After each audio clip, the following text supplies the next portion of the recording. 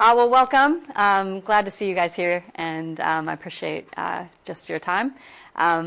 Like Sarah said, I work with Barnabas Fund, and we basically what I do is travel throughout New Zealand, helping people be more aware of what we do as an organization, helping the persecuted church. And so it's a pleasure to be at New Wine. I've come here every year for the past 5 years since I've lived here, actually. And it's always one of those times when you come and just get refreshed, and great way to start off the year. So, and these workshops are awesome. So it's good to be a part of this. And today we're just going to be talking about the refugee crisis, which has been on the news a lot in the past. It's kind of died down a little bit, but it's something definitely that is relevant to us and our society, especially with New Zealand, as we, right now, there are about 65 of the 750 refugees that John Key has brought in on an emergency basis. So those 65 are now in Mangere Refugee Center, getting ready to be put into communities around New Zealand. So the refugees that they'll be bringing in on this emergency appeal will come in groups over the next couple years.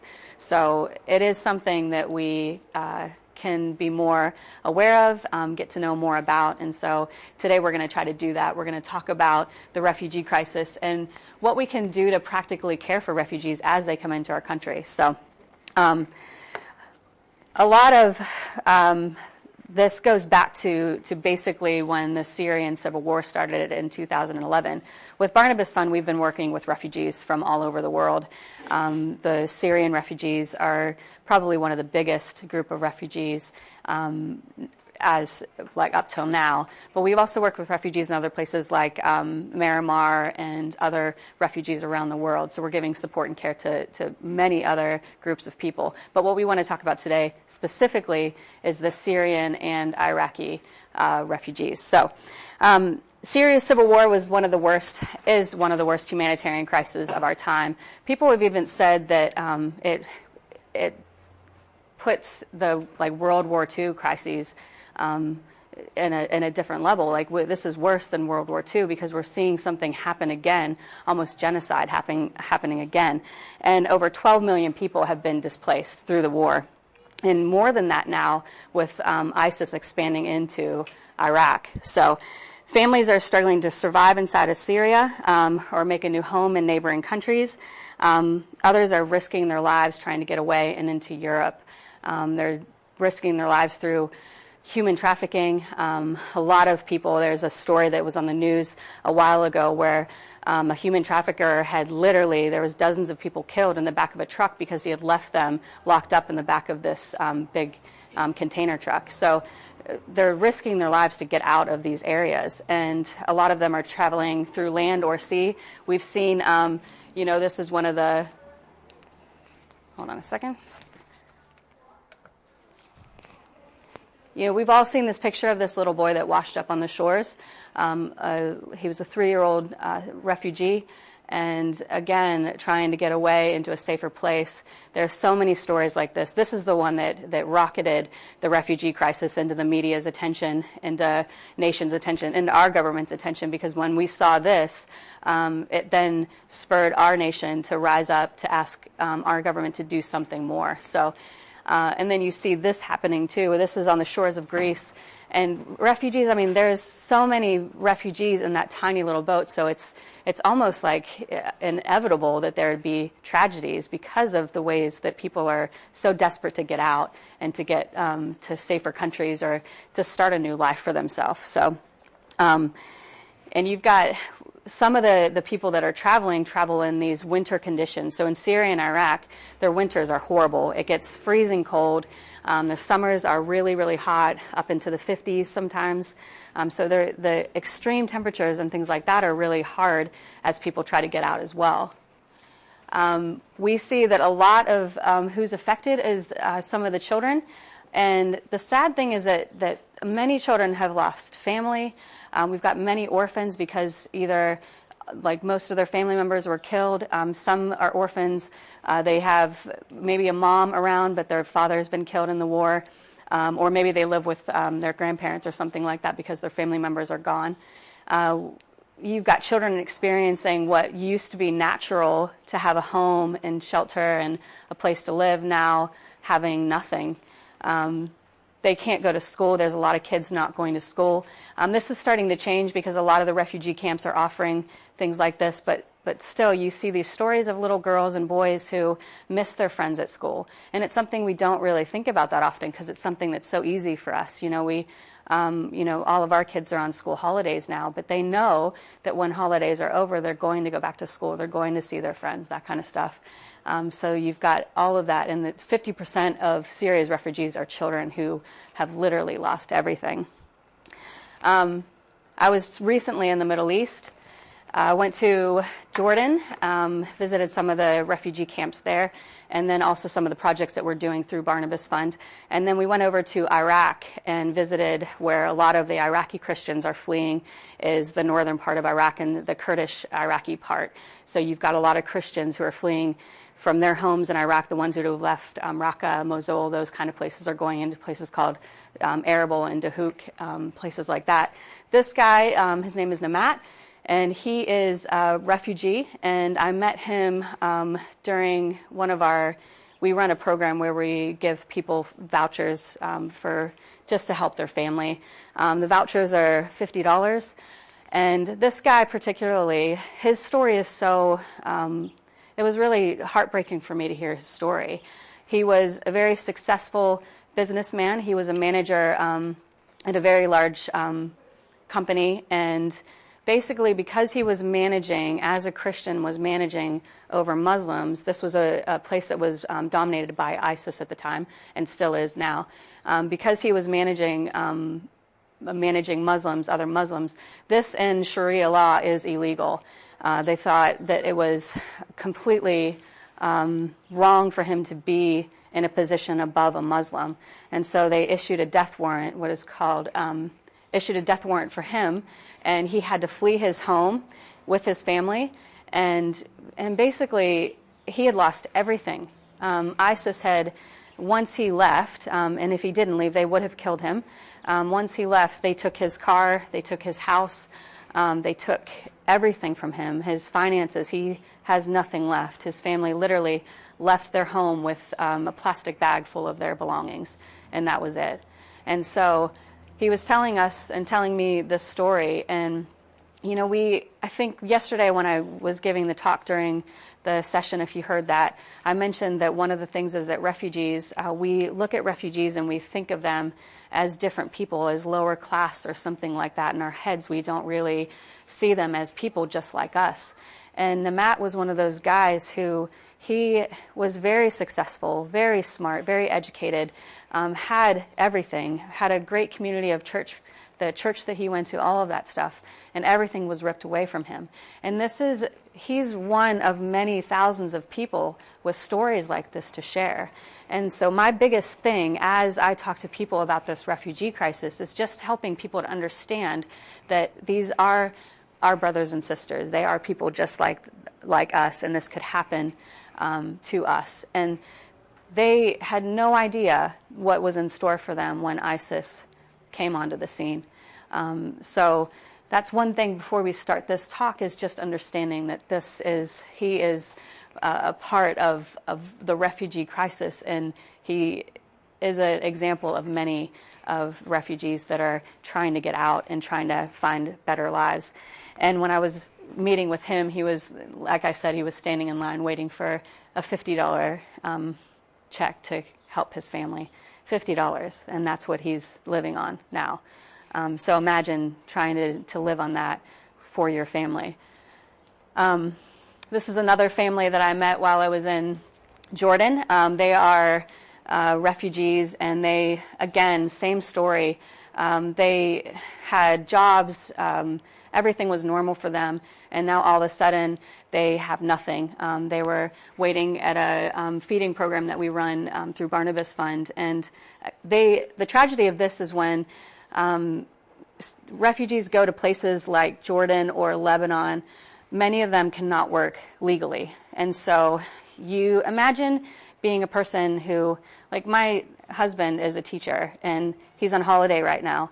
And it absolutely drives him crazy sitting at home, which I don't understand because I could sit at home and watch TV all day, every day. But he likes working. For him, it's part of him. He enjoys it, you know. And most of us enjoy our jobs. But imagine being in a position where you were doing nothing all day, every day, and you couldn't do anything. You couldn't work.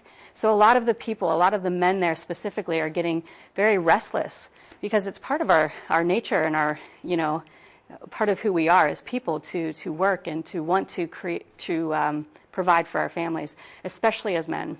And so you've got men who are refugees and they have been out of work for a year, depending on the government to help sustain income and take care of their families and things like that. So yesterday when I talked about refugees, one of the things that I've noticed is that there's this huge sense of hopelessness and a lot of despair. And it was really, I knew that it was going to be like that when I went, but I didn't really think it was going to be that bad. I was going to see people who are still, you know, yeah, let's do this kind of thing, but it's not like that at all. So, and Jolene, I'm not sure if you, at any time, if you want to share, because you've been in situations where you've, you know, had conversations with people too. If you want to share anything, I'd love to hear kind of your perspective as well. So, yeah, this is in Amman. We are helping to, this is actually a refugee camp that's being run by a Catholic diocese, and all of them live in these little houses. So behind you can see these, they're kind of like container sheds, and people share one container shed, so it's kind of split in half. So it's a very small area. I had talked to this family who had about 7 people living in this small container shed, and they all have, there's a facility that's kind of a public facility for restrooms and things like that, but then they've got like a little tiny cooking area. But when you walk in, you see like this really tiny room, and there's all of these mats kind of stacked up. And so most of the time, refugees are sleeping in situations where they just kind of chuck the mats out on the floor, a little bit like a marae kind of situation. So everybody's kind of just laying around on the floor on their mats. You can kind of see a little bit of the container shed there as well. This is the same family. They were beautiful. Like, it was really, the cool thing about this trip was that even though I didn't speak the language, it was really cool to meet people, you know.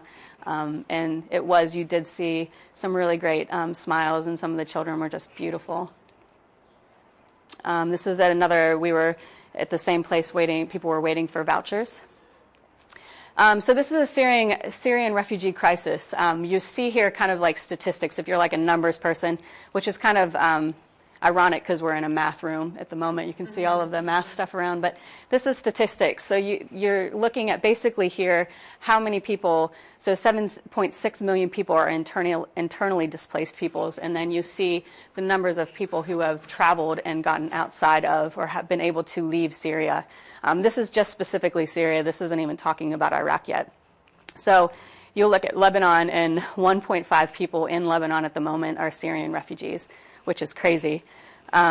You look at Jordan, 1 in 13 people are Syrian refugees. Egypt has got 132,000, and then Iraq. This is a bit different now because this was from Mercy Corps, so it's been updated in 2015 at some point, but this would be a little bit different as well.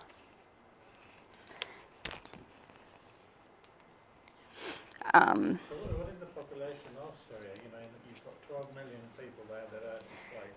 Yeah, that's. I think there's about 12 million is, I think, roughly half of the population. So, I mean, you're looking at half the population who's been displaced. We'll talk a little bit more about displaced peoples and internally displaced peoples as well, but quite a few. That's a substantial amount of people to be affected by something that's going on. And then the UN has said that it's going to take about 7.7 billion to meet the urgent needs of the most vulnerable Syrians in 2016. So, in 2016, we're looking at somehow covering a deficit of $7.7 billion to help sustain people. And the thing is, though, is that we can actually make a difference. You know, we can help. Organizations like ours, other great organizations like Tier Fund, there's so many different organizations who are doing something, who are in the midst of helping. And the thing is, the more that we know about the crisis, the more we know about refugees, the better equipped we are to help and to help other organizations who are doing really good work and helping people to survive conflict and to make a better future. And right now, it seems a little bit overwhelming. You know, we look at this refugee crisis that's been going on for so long. If you look at Syria, it started in 2011 when the civil war started. And the kids in Syria, all they know is civil war. All they know is being displaced. All they know is you've got this little generation of small children who are growing up just being always in conflict. But I do believe that even though it doesn't look like there's an end in sight, there's always an end in sight. You know, there's always an end to something. But at the moment, the more we know about it, the more we can help, and the more we can help make it easier for people. And so that's kind of why we're all here today. So I want to watch this this first video. Basically, it's really good because it explains kind of the European crisis. We've all seen the pictures of thousands of people flooding the borders of Germany and other places like that. So this kind of helps us kind of put a little bit more we don't control where we're born. Understanding. Wherever that happens to be is where most of us stay. Our families, our friends, our spoken language, everything is there. It's what we know. But this year, hundreds of thousands of people from the countries surrounding the European Union have left the lands of their birth in search of a more peaceful, better life. This is an explanation of the European migration crisis. Europe is used to receiving economically motivated migrants, but they're not used to being overwhelmed by refugees. A refugee is defined as a person who has been forced to leave their country in order to escape war, persecution, or natural disaster. The brutal civil war against a mad dictator in Syria has caused over 4 million people to flee that country. The rise of the Islamic State in Syria and Iraq is causing millions more to leave their countries in search of peace. But refugees are also from Libya, Eritrea, Afghanistan, Nigeria, Sudan, Senegal, and Somalia. The migrants are heading to Europe because they can live there in peace, their economic prospects are far better, and many of them have friends or family that have already made the journey and who hold them there like a magnet. Germany, Europe's 80 million man economic powerhouse, is the top destination. Sweden accepts the most asylum seekers per capita. Some settle in Italy and France. Others would like to continue on to the UK, but as a well-guarded island, the journey is more difficult. Syria's neighbors, Turkey, Jordan, and Lebanon, have over 3.5 million Syrians living there, many in sprawling refugee camps just outside their borders. Once outside of Syria, there are several routes people are taking to get to Europe. They cross the Mediterranean into Italy and Greece, and some cross the Black Sea from northern Turkey. Once on the European mainland, the unpassable Alps and more secure borders funnel the migrants through the Balkans to Hungary. From there, buses and trains take them to the German border or other parts of the EU. The situation has reached crisis level now, partially because summertime means the sea and mountains are warm enough to safely cross, and the success stories of refugees now settled in Europe has motivated many more this year than in years past to finally make the push. But that push has also led to 6,000 people drowning in the Mediterranean Sea since the start of 2014, a rate of more than 1% of those who embark on the treacherous journey in unseaworthy boats. These tragedies, images of dead migrants washing ashore, have gripped the world. Refugees are also victimized by degenerate smugglers, like when 71 people perished in Hungary after the driver of a tractor truck left them locked in his trailer. Germany has said it could take up to 1 million asylum seekers this year alone. This isn't just humane, it's wise, considering Germany's low birth rate, aging population, and shortages of available labor. The UK will allow in 20,000 over 5 years, while France will accept 12,000 a year for the next 2 years. Hungary, on the other hand, has built a 4-meter-high fence along its entire 109-mile border with Serbia to force the migrants west into Croatia. The U.S. State Department has said it could accept up to 8,000 Syrian refugees next year, up from the 1,500 total it's brought in so far. The U.S. has provided $4 billion in humanitarian aid. The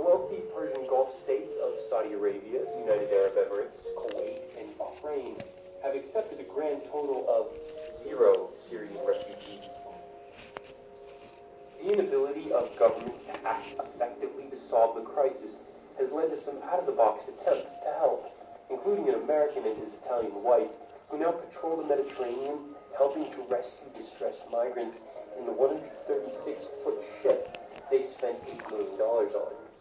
After the Icelandic government said the country of just over 300,000 could only take in about 50 Syrian refugees, Brindis Bjorgvinsdottir called out her government to do more and volunteered to house, feed, and clothe a small refugee family.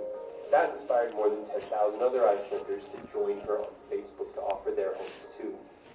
How do you think the refugee crisis should be solved? Is your government doing enough? Make sure to like it. Cool. So I want to talk about those two questions he brought up at the end.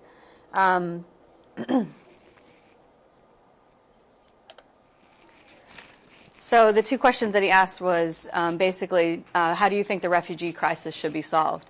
So I just want to open it up. Like, what do you got? What are your thoughts on this? Like, because it's a good question, and it's a question that a lot of people are asking. So what are your thoughts? How do you think this crisis should be solved?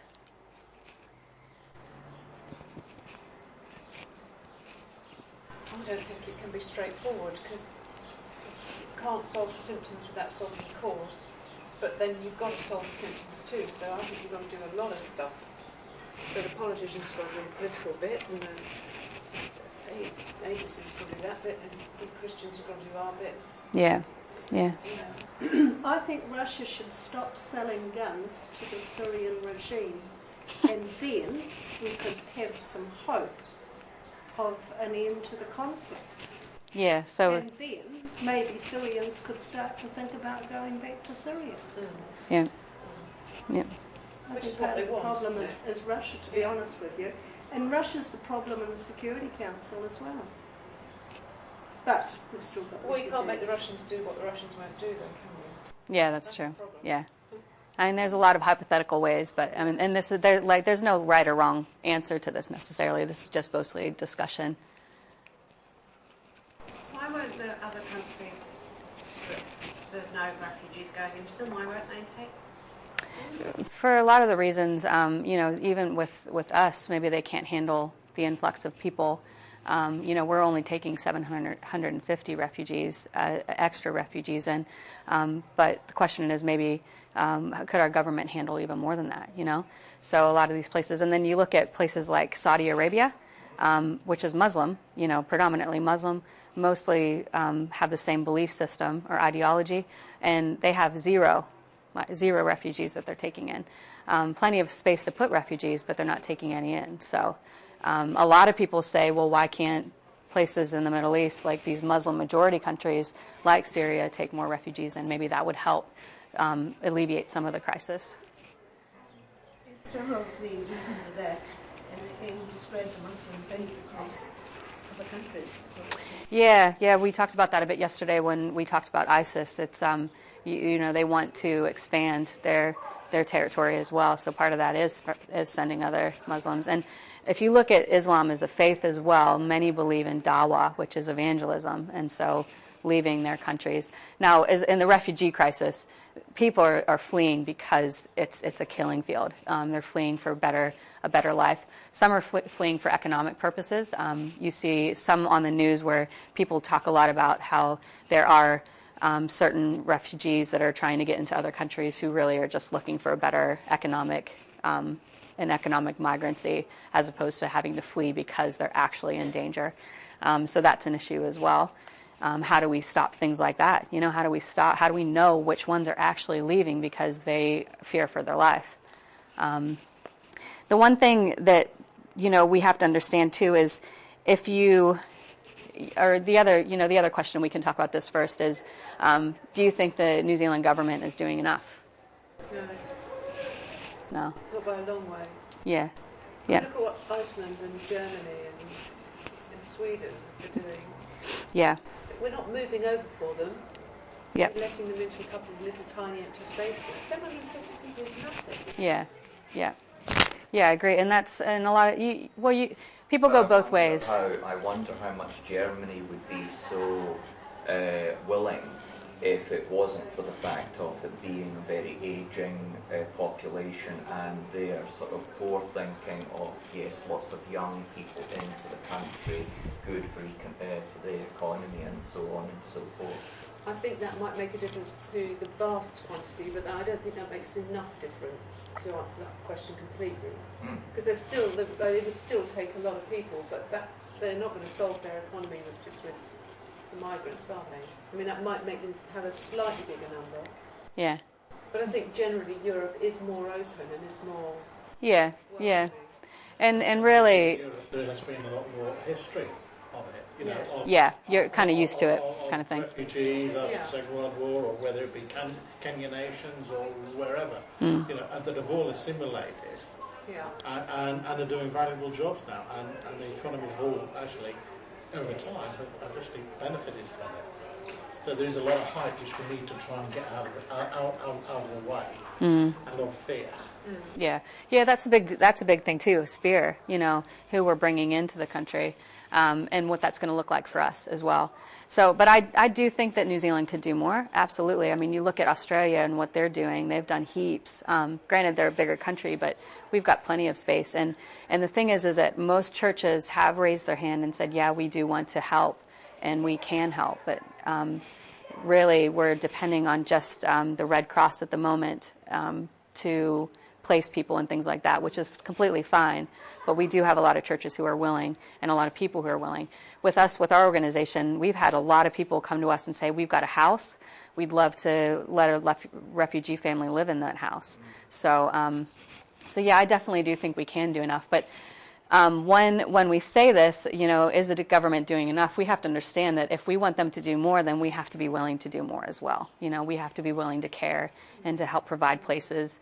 I love that video before because it showed that young girl who opened up her house, and then she actually just encouraged and lit this fire in other people to say, yeah, we can actually do something if you've got this one girl who is willing to take in a refugee family and care for them. We also have to understand that caring for a refugee family, when they come into the country, we can't just say, here you go, here's a house, have a good time. You know, there's a lot that goes into that. There's teaching them the language. There's the cultural thing. As a migrant myself, I always tell people one of my biggest frustrations moving to New Zealand was the language barrier. And, you know, you speak the same language. It's English language. But you speak great Kiwi, but you don't speak very good American, you know? And that was the thing. Like, it was huge. There were so many different, cultural things that you have to get used to. And so if that's a situation for me as an English-speaking person, culturally, even though it looks really familiar and similar, it's not at all. There are heaps of cultural differences. Ask my husband. There's heaps that we come up against. I think he said something yesterday. I'm like, that doesn't mean the same thing to me. It means something completely different, you know? So we have to understand that when we say, yeah, our government needs to do something, this is a long-haul process. This is really caring for people for the long haul, which I think as Christians, we do a pretty good job of that, you know? Or we should do a good job of that. And it's something that we can think about in the back of our heads as we're encouraging our government to do more for the refugee situation. So this is a camp on the border of Jordan and Syria. It's considered... Oh, one more thing I wanted to talk about real quick is talking about IDPs and DPs. So if you hear me talking about interdisplaced peoples and then displaced people. So the difference is that there's a lot of people who have been, in Syria and Iraq especially, a lot of people are moving into other parts of Iraq. So they're considered IDPs. And then the displaced peoples are the people who have actually had to leave the country. Now, something to think about with that too is that the way our current government works and the current procedure of accepting refugees into our country, and if you want more information on this, I would really encourage you to go and talk to the Tier Fund people because they know a lot about the procedure part of it as well. But basically the procedure is this. As we take refugees into our country, we take refugees who are referred by the UNHCR. That's the United Nations High Commission for Refugee Council. Now, when we talk about IDPs and DPs, internally displaced peoples and displaced peoples, if the refugees are staying within their country, they're not being registered with the UN, okay? So, and this is just food for thought right here, and thinking about how we do things. If they are not being registered as refugees because they're internally displaced, they will not be considered for relocation to places like Australia, New Zealand, and other Western governments. So the way that New Zealand works is we specifically take people who are referred by the UNHCR into our country. Now the problem with that is a lot of the people who are refugees or have been displaced because of this war and because of, ISIS, if they're not going into these camps, then basically they don't have any chance of getting visas to come into our country. And so that's a bit of a problem. And that's one thing that as an organization we're trying to encourage our government to look outside of these camps. The UNHCR does a great job at screening people. They've got a great process for doing that. We don't want to say don't work with them. We just need to work outside of that structure that we have at the moment. It's not working because a lot of the very vulnerable minorities, and that's not just Christians, that's Yazidis, that's gay and lesbians, that's those kind of minorities who are not being included into this intake. So as we take in this emergency 750, there is a very good chance that 0 of them will be in that minority category, either Christian, Yazidi, or even gay and homosexuals. I'm not saying that we should take only those people in. We should definitely take in other vulnerable people as well, because with ISIS, they are killing other Muslims, and we know this, right? So, but the way that our government works is something that we need to kind of figure out. So we're appealing. The reason why we've got this petition is we're appealing to our government to say, listen, this isn't working. If we want to find vulnerable people, we need to go outside of those places and find them outside, or even consider internally displaced peoples as refugees, regardless of if they have left their country or not. So, sorry, are you, with the, let's say, the gays and lesbian people in Syria, are they internally displaced? Is that what? Yeah, many of them are. Many of them are, or if they have left, they still won't go into the UN-run camps because of the danger there. Because in those UN camps, there's a lot of jihadist or like Islamist people who will kill them. Who, and with Christians and Yazidis, what they're afraid of is if they go to these camps that they will kidnap their children, that kind of thing. So it is a bit scary. There's a Jordanian UN official who has said that there is active jihadis in these camps. So it's a problem. We have the same thing with refugee camps in Germany. We have multiple people like Pakistani Christians and things like that who go to these camps in Germany, and they're constantly harassed because of their faith.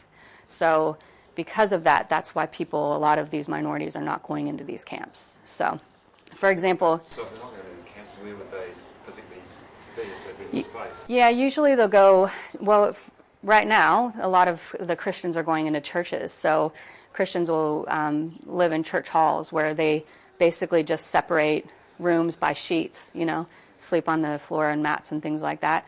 They'll try to find family members to live with that are in safer parts. For a while, when it first happened, a lot of them were living in buildings that were not finished, that kind of thing. There's not many of that now.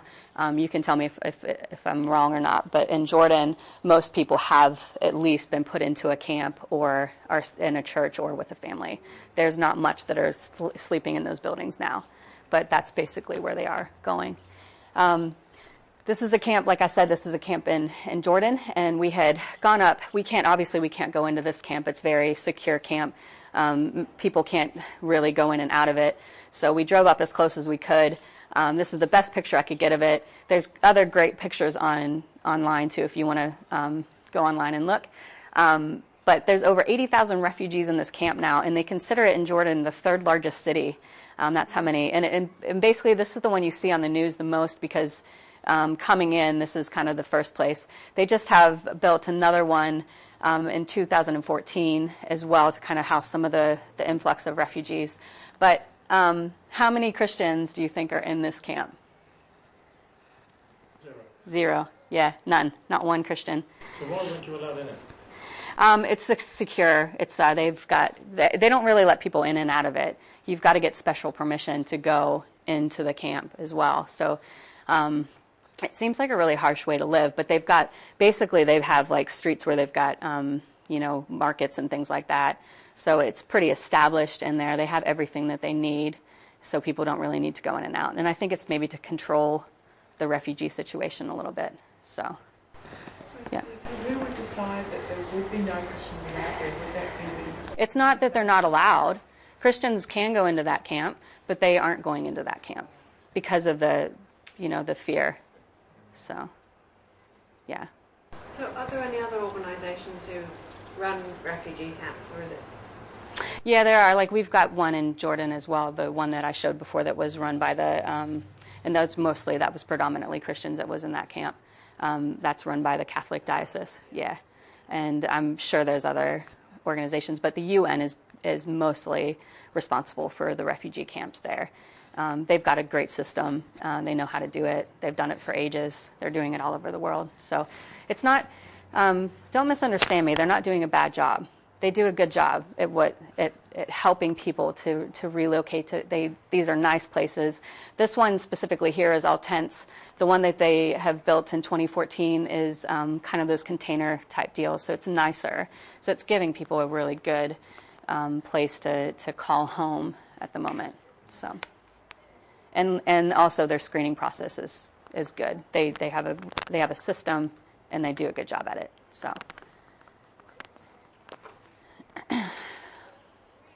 This is another one of our camps. This is Camp Sawa, which means hope in Arabic, and it's in northern Iraq. This was just finished, and you'll see these tents here are Army-grade tents. We actually purchased these tents off of the British military. These tents were in Afghanistan, so we had to relocate them, which took ages to relocate these from Afghanistan and then get them into Iraq. But we got them there. They're all built and they're air conditioned, heating and that kind of thing. So, and the same thing with these, they're kind of split in half, so 2 families can live in them. At the moment, we're able to house about 150 families in this camp, and these are all Christian families. And we're working with the UN to get them registered with the UNHCR so that they can be considered for possibly to be relocated. But again, the problem with that is that they are internally displaced. Most of these are Iraqi families that are living, and they're still in Iraq, so they'd be considered internally displaced peoples. So I want to talk about just specifically Christians. Barnabas is a Christian organization. One of the things that is distinctive about us is the fact that we are working with Christians in this situation. There are other fantastic organizations that are working with the masses, with other Muslims, with other minority groups, but specifically Barnabas Fund, we feel called to help Christians. And so what I want to talk about now is how Christians are affected specifically in this as a vulnerable minority. And I've got a video that I want to show you. It really just gives a perspective from the Christians who have been displaced because of what's going on. I don't want to show the whole video because it's about a half an hour long, but I will, if you'd like the link to find it at another time and watch the rest of it, I would really encourage that. Just give me a second to just set it up.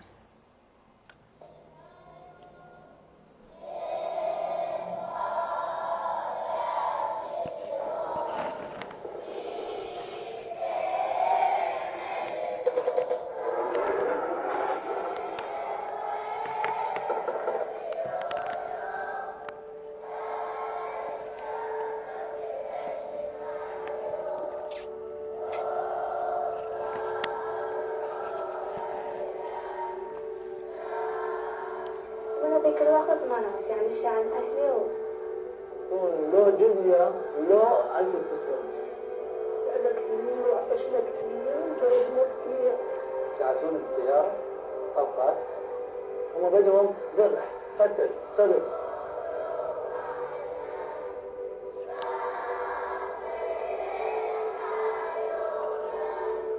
اللي تغير اللي حسيت بلمسة فيه السؤال المسيح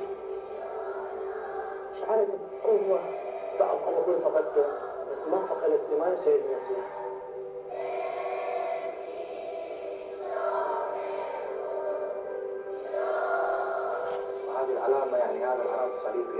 خلاص العالم يا العالم.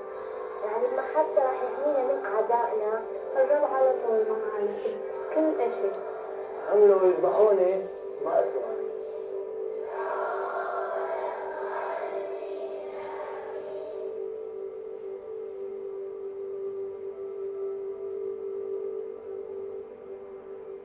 أنا اسمي بانو حشابة، مواليد 1980، متزوجة، ولي أطفال 2، مارينا وماريو.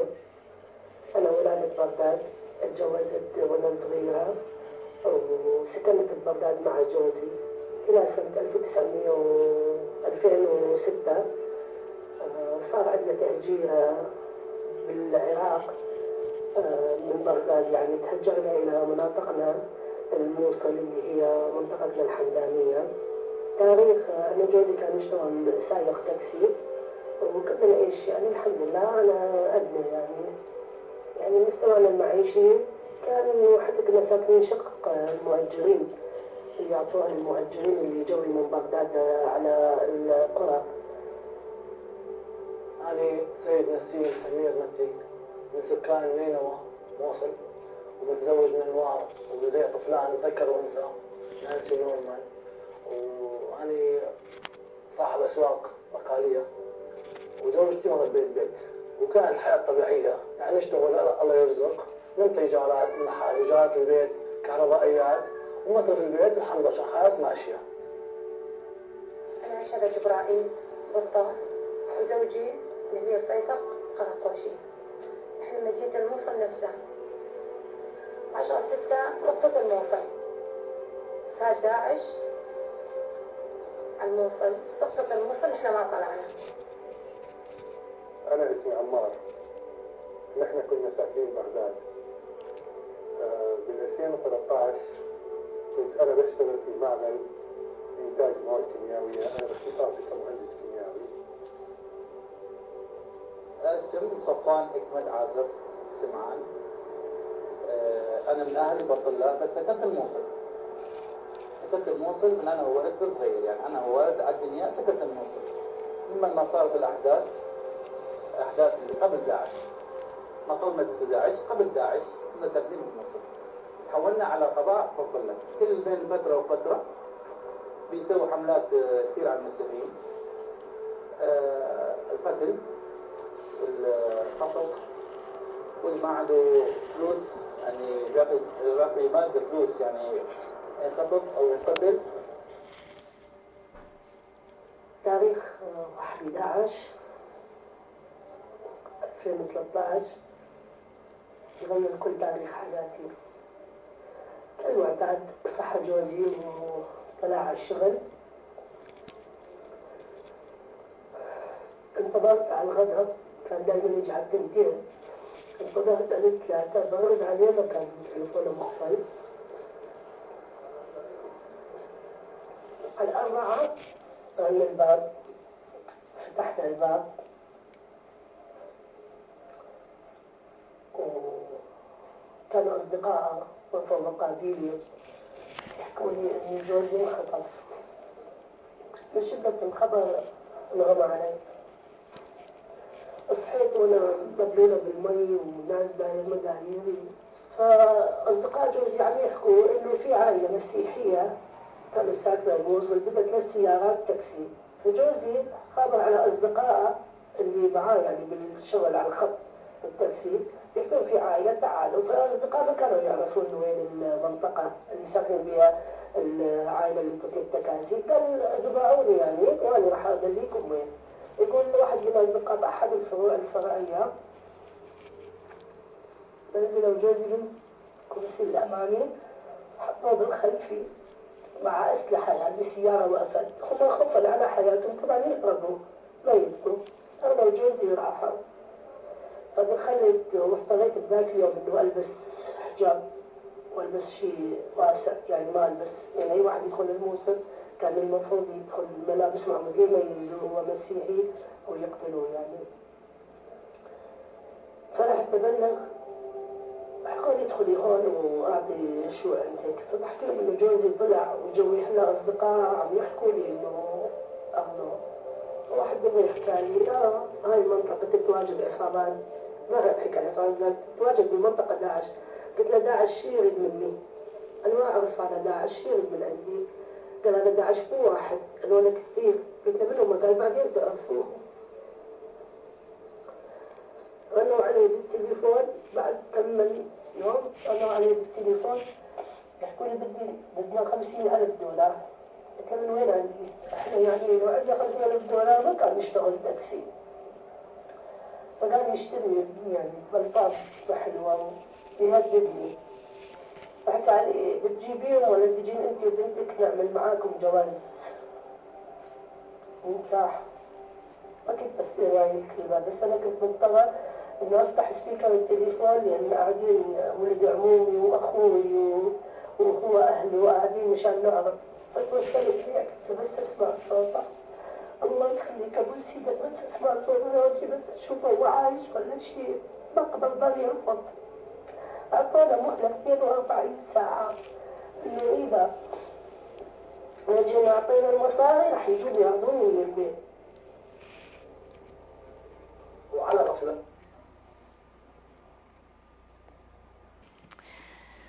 So that's just a little, there's, everybody that was introduced in that film, there's stories from each and every one of them about what happened when ISIS took over their city in Mosul and other places. And this is the reality for a lot of Christians. The fact that ISIS told her to bring her and her daughter in, and what they were going to do them is a horrible thing. And so the Christians, the reason why we are working with Christians is because we know that they need to be taken care of. And there's so many stories like this. About 10% of the population of Syria is Christian. And since 2011, an estimated 500,000 Syrian Christians have fled the country. In June 2015, one of our contacts there said that there were between 45,000 and 90,000 Christians living in Aleppo, Syria, and the number that used to be was about 465,000 in 2010. So you see there's this massive decline. Another place, Aleppo is another place in Syria that ISIS has a very strong hold on. One of our contacts there said that on his way to work, one of the things they have to be afraid of is snipers. And so many of the Christians who have stayed there, that's the reality every day. And there's bombings and all of that stuff going on. So they're greatly affected by what's going on with ISIS at the moment. The thing about it is, like when we saw the Jews purged in 1948, a lot of them could go to Israel. They had a safe place to go. The difference now is that Christians don't have anywhere in the Middle East to go to.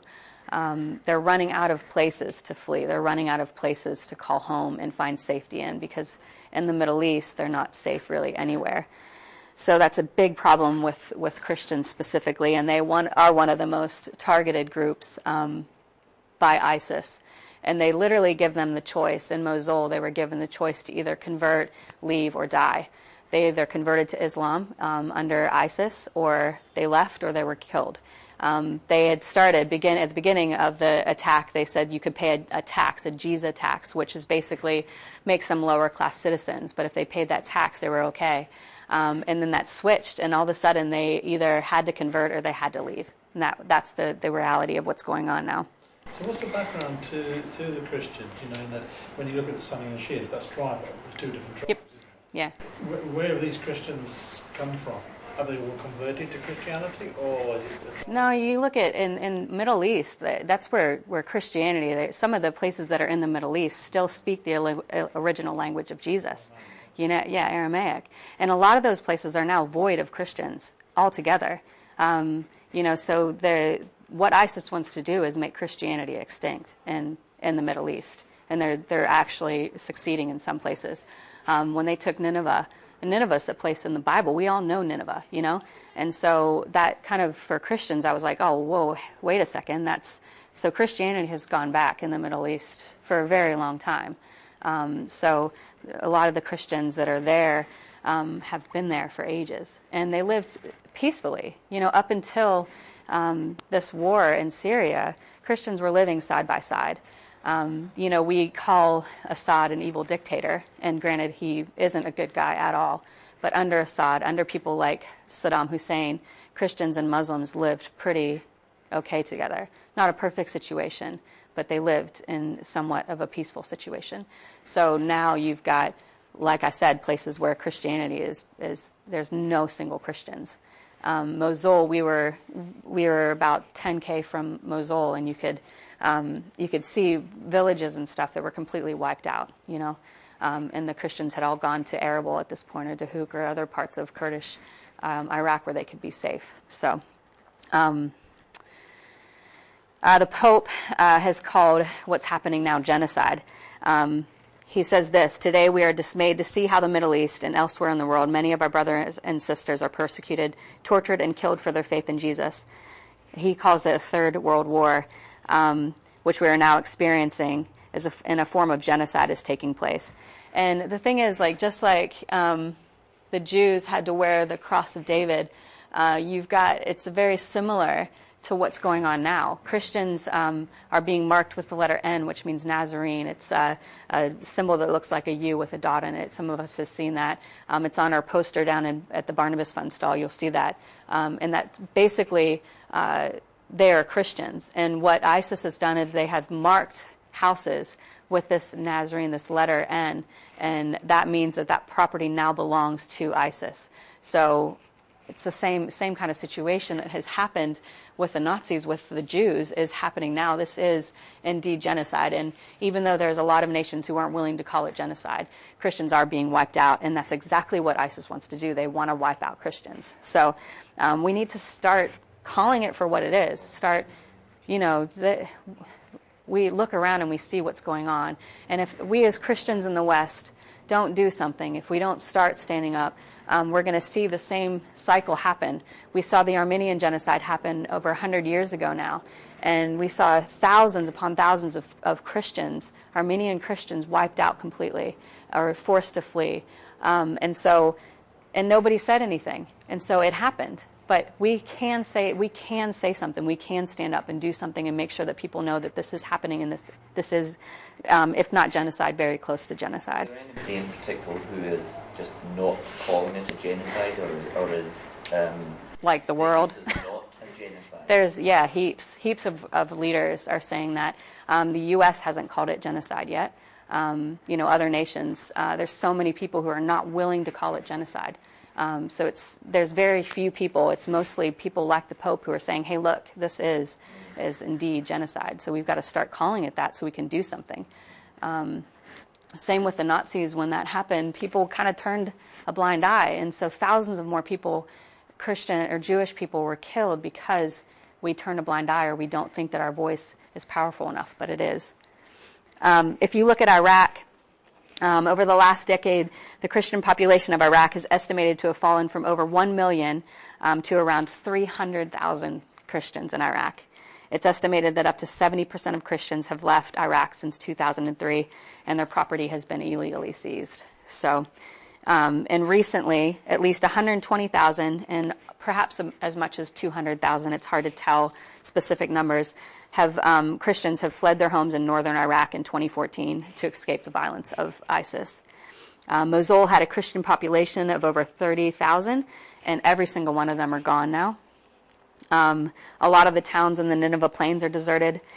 Most Iraqi Christians have fled to the Iraqi Kurdistan, and at least 200,000 people are located mostly in Dahuk and some of them in Erbil. But the thing about this is that's not a long-term safe place for Christians either. That's still, even though they've found safety there now, it's not someplace that they can call home for the long term. No, they're not. So that's part of the problem. At the moment, the Kurdish army and government is protecting Christians who are there because the fight is against ISIS. So they have protection there, but it's not a safe place for them for the long term. So what is New Zealand doing? I was going to show a video, but I think I'm going to flag it because it's almost 2:30 now. But basically, John Key, when we saw that little boy wash up on shore, we saw John Key make a statement to bring in 750 extra refugees on top of the 750 that we already have coming into New Zealand. This will happen over the next couple years. At the moment, we've got 65 in the Mangere Center who are ready to kind of come into, I think they're locating them in Wellington, the first 65. Usually there's about 5 different places that refugees will go when they come here. Auckland is one of those places, Wellington, Fielding, which is weird, but there's heaps of refugees there, Christchurch and Dunedin, and some in Nelson as well. So a lot of these people coming in, these 750 refugees coming in, will probably go to some of the bigger places like Wellington, and I think Christchurch is on the list as well, now that things are a bit settled down there. The thing about John Key is that he has made a statement to bring in the 750. However, he's also made a statement that he's not going to give any special treatment to Christian refugees coming in. So basically, they're going to continue to work with the UNHCR and not give any special treatment to any Christians. The shame of that is that they are, being PC. Yeah, exactly. So by not discriminating against religion, he's actually discriminating, which is kind of silly. But I will say this, is that our government is changing. Our immigration minister, Michael Woodhouse, has confirmed that he's willing, they're going to be starting to change the policy and procedures. And so that's why petitions like ours are so important, because unless we get about 4,000 signatures on our petition, Parliament won't even consider it. So we're close to that. We've got about 3,000 at the moment, but we need our government to be aware of this and to start, his quote, basically he said this, Mr. Key said New Zealand would not be favoring Christian Syrians in its intake. There are billions of good, peaceful, decent Muslims around the world. New Zealand would reserve its right to vet refugees for security issues, but not for religion. So, like you said, in saying that, he's actually discriminating. I do think that that's changing. I think they are seeing that our government is seeing that it is an issue, that we do need to look for other vulnerable minorities outside of the way we're doing it now. But at the same time, as a Christian nation, as Christians, we need to be looking out for our brothers and sisters. Now, he's right. There are heaps of great Muslims who are going to be coming into our country who will be able to add so much to our communities as well. But at the same time, if none of those refugees, if all 750 who are coming in are not going to be Christians or other vulnerable minorities, then, I think there's an injustice in that in itself. So basically, I'm going to pretty much end it there. I have no criticism against our government at all. I appreciate the fact that we are bringing in this extra 750. Now, the question is, and we discussed this before, as Christians, we've got a responsibility in that as well. My biggest heart for people who come in, regardless of whether they're Christian or not Christian, is that, I said this yesterday, we've got this massive mission field. Even if that mission field is our own Christian brothers and sisters, it's still, how do we handle that? How do we love? How do we embrace people coming in? As a migrant myself, I understand what it's like to come into a new country, and it's important for us to find out what our churches are doing, if they're doing anything, to encourage our church leaders to think about what we can do with the refugees coming into our communities, and to actively initiate conversations with people who are coming from these other countries and figure out how we can do something about that. I think it's important for us to do that. And I love the pictures that you see online of people welcoming with signs and things like that as refugees come into their country, people welcoming them, because it's got to be such a hard thing, finding coming into a whole new culture, a whole new people group, a whole new language. Trying to start over again is a huge deal, and I think we have a huge responsibility to help make that easier for them. So some of the things that you can do, we've got a program at the moment called Operation Safe Haven. We're trying to work with our government to bring refugees into this country specifically, so you can support causes like that. You can go to Tier Fund. They've got the living room downstairs where they have a lot of information about the refugees coming in, and they've got a little bit more details and stuff like that. Talk to one of the Tier Fund people. Like I said, talk to your churches, find out what your church is doing, if they're doing anything at all, and if they're not, encourage them to do something. I know the Anglicans and the Anglicans and the Baptists have both issued kind of a statement to their churches saying, hey, how many of you guys are willing to do something if there's something for us to do? So we can't just leave it at that, though. We can't just raise our hands and say, yep, sign me up. We've got to continue to push into that and what that looks like. Great example of this is one of my friends down in the Whakatane area. His church is a Baptist church, and they said, yep, we're keen to do something. But he has taken it a step further. He's gotten a committee of people together, and now they're pushing their town to be a town that will take in some of the refugees. And that's happening because of a few people who got together and said, hey, there's more we can do about this. So find out what other organizations like ours are doing, what Tear Fund's doing, what World Vision's doing, and come alongside them. For us, we're taking anybody who says they can help. We're making a database of, if you teach ESOL classes, or if you're willing to house a refugee family, if you've got a house you'd like to donate to a refugee family, anything like that. So that's part of what we're doing to get things started. And signing the petition, we are having the petition open for the end of January, so it does close pretty quickly. But if you want to take a couple of these sheets back to your church and have them sign it, that'd be great for us to help us kind of get at least somebody listening to what we're doing. So, and then the biggest and most important thing of all, obviously, not just saying this because I'm a Christian, but to pray. Prayer changes things. The Bible tells us that the prayers of a righteous person are powerful and effective. And we've got to start praying for ISIS, praying for refugees coming into our country, praying for our government and Parliament and the people who are making big decisions, praying for Michael Woodhouse, who is our Minister of Immigration, and other people who are going to be making key decisions based on how we respond to refugees in the future.